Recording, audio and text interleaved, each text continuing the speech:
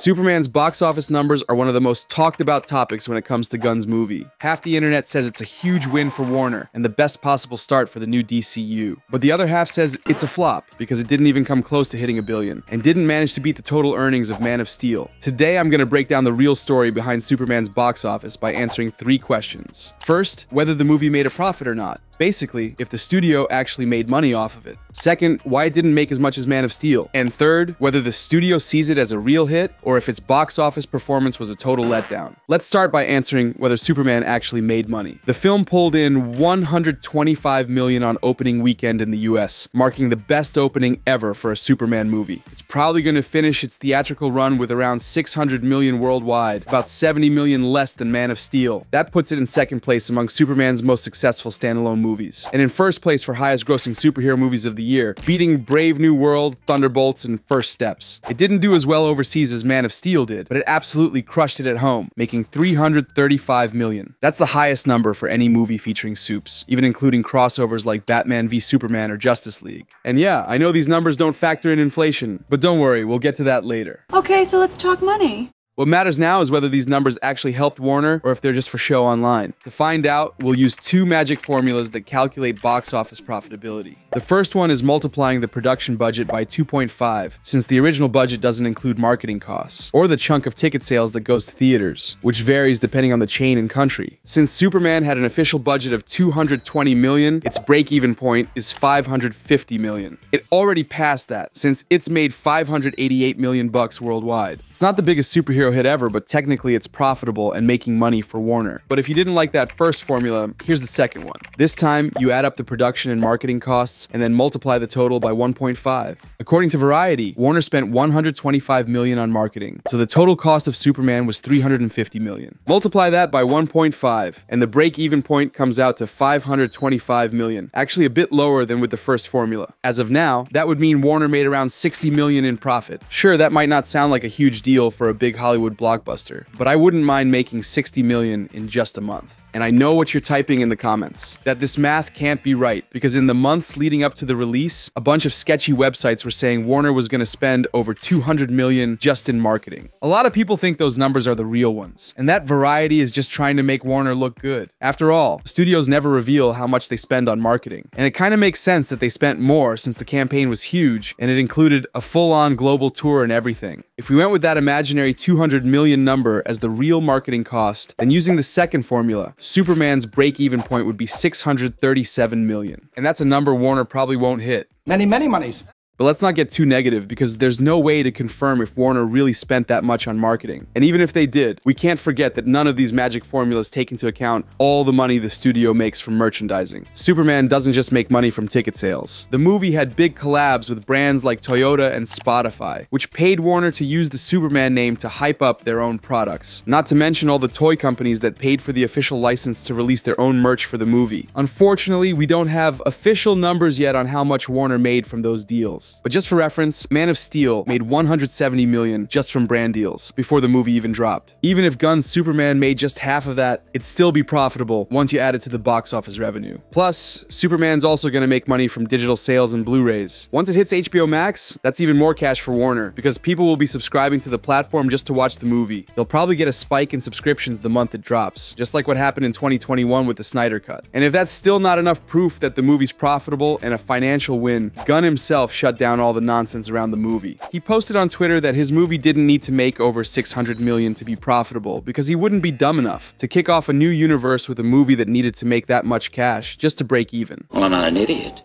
So Superman is profitable, and saying it was a box office bomb is just straight up wrong. But even then, there are still people calling it a disappointment and saying it underperformed, since it didn't even match what Man of Steel made. Maybe it made money for Warner, but some say it's still a step back for the Superman franchise, and that it can't really be considered a true hit. That's because Hollywood pays a lot of attention to franchise progression. If a second movie makes more than the first, like what happened with Ant-Man, it means the franchise is doing well and can keep going. But if a sequel makes less, like with Quantumania, then the whole thing gets tossed out. because it means people aren't interested anymore. But is that really the case with this movie? Earlier I mentioned that Gunn's Superman is the second highest grossing Superman movie, just 70 million behind Man of Steel. But if we adjust for inflation, it drops to 5th place, even behind Superman Returns and Superman 2. If we include every movie the Man of Steel has appeared in, it drops to 7th. Though that's kind of an unfair comparison, since it's like comparing a Captain America movie to an Avengers one. Still, it helps give us a rough idea of how each movie performed. Once you factor in inflation, Gunn's Superman falls pretty far behind Man of Steel, which nearly hit the billion mark, and that could be seen as a disappointment. But inflation can be a tricky thing, because we should really adjust everything. The budget for Man of Steel would be over 300 million today, almost 100 million more than Gunn's film. And there's no clean way to calculate exact numbers, since 56% of Man of Steel's box office came from outside the US. You'd have to manually adjust for inflation in every country, not just use US dollars. I'm a doctor, Cliff, not a mathematician.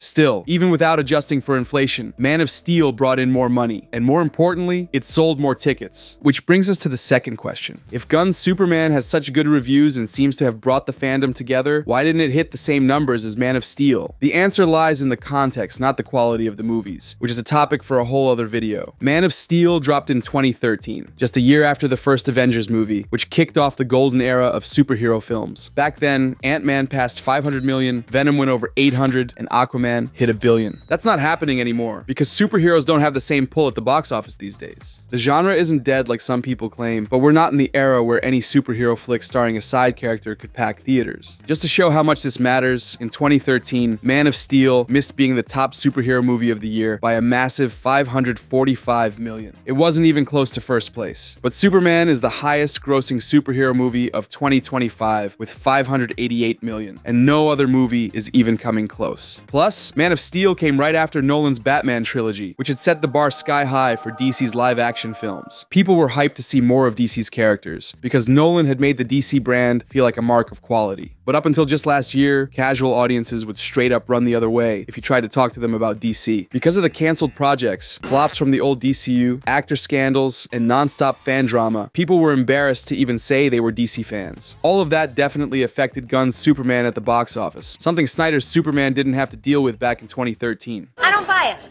Maybe you're thinking this all just sounds like excuses, and that if the new Superman movie were really that good, it should have made just as much or more than Man of Steel. Maybe you think movies exist in a vacuum, totally separate from any context. And it's not like I'm trying to defend the giant corporation here. But remember, Batman Begins only made 375 million. If you adjust that for inflation, it made less than Batman Forever, and no one in their right mind would say Batman Forever is the better movie. The key there was also context. Batman Forever came after Tim Burton's run, when people still liked the Caped Crusader. People showed up thinking Batman Forever was going to be good, but Batman Begins had to win the audience back after Schumacher wrecked the franchise. Nolan's movie had to prove Batman films could actually be good again. Same thing happened with Gunn's Superman. Even if it were hands down the greatest superhero movie of all time, it never would have hit $1 billion or outperformed Man of Steel because of all the baggage it had to carry. And I'm not even getting into how streaming has impacted superhero movie box office numbers. That's a whole other video coming soon, but we've still got one last question to answer. We already know Superman was profitable, and that it couldn't possibly outgross Man of Steel because of all the baggage from the old DCU. But does Warner actually consider it a success? To figure that out, we need to understand what Warner was hoping to achieve. The studio had 3 main goals. First, avoid going broke like the last universe was. Second, convince people that DC Studios is a quality brand. And third, probably most importantly, get audiences invested in the new universe. It's gonna be a lot of work.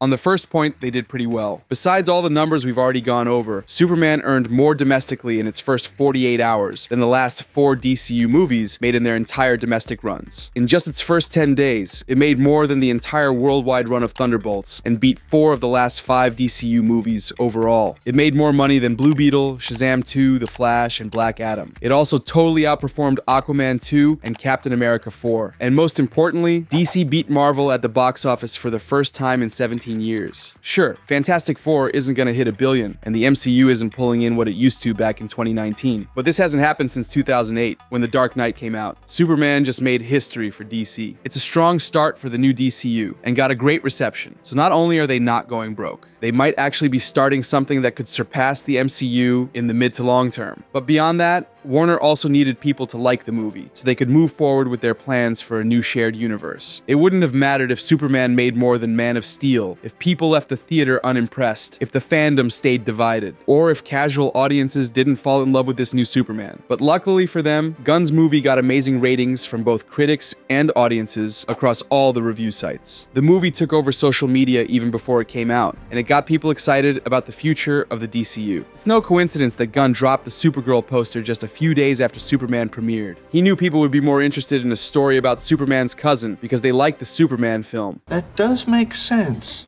People got excited about Superman again, to the point where views for Man of Steel on HBO Max jumped 218%, reaching the highest view count it's ever had on the platform. And I'm pretty sure Season 3 of My Adventures with Superman is gonna pull in better ratings than the first 2 seasons, all thanks to the new movie. I know I keep coming back to the same comparison, but Gunn's Superman had a goal similar to what Batman Begins aimed for back in the 2000s. It didn't need to make $1 billion. It just needed to give the hero a fresh start, and get audiences to fall back in love with an iconic character who'd been struggling. And in both cases, the movies pulled it off. So just for that, they're already a win. Gunn made everyone like Superman again by making him more human than ever. And in this video, I'll explain exactly how he did it. I'm not gonna watch it.